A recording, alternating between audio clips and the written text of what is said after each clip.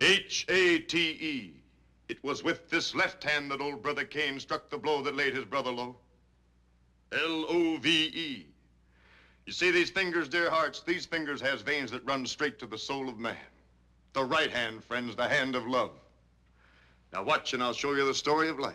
There are plenty of films about innocence and depravity, about the battle between good and evil, but there's nothing like Night of the Hunter, the first and only film directed by Charles Laughton. Left hand hates a fighting, and it looks like love's a goner.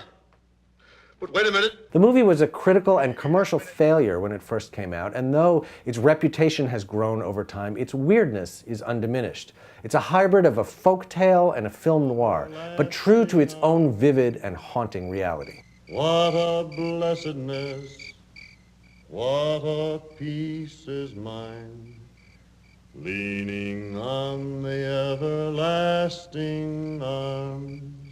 Leaning on Jesus, leaning on Jesus.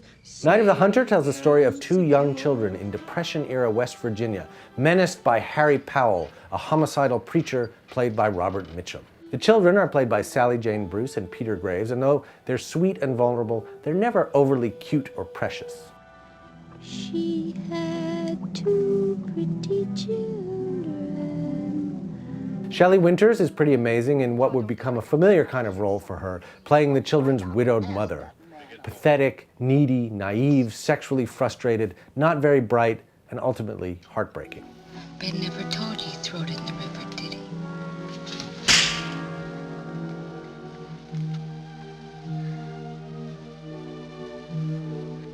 Finally, there's Lillian Gish, one of the great movie stars of the silent era, playing the children's only protector.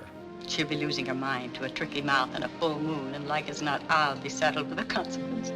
The screenplay, based on a novel by Davis Grubb, was written by James Agee, film critic and novelist, and he infused it with memories of his own idiosyncratic Southern childhood.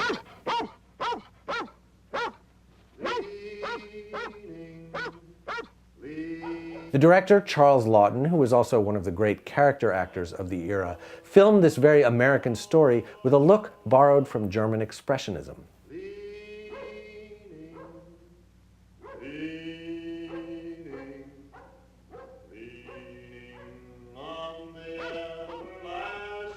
Night of the Hunter combines many disparate elements and moods. It's grotesque, it's funny, it's loaded with Freudian symbolism, and it's absolutely terrifying.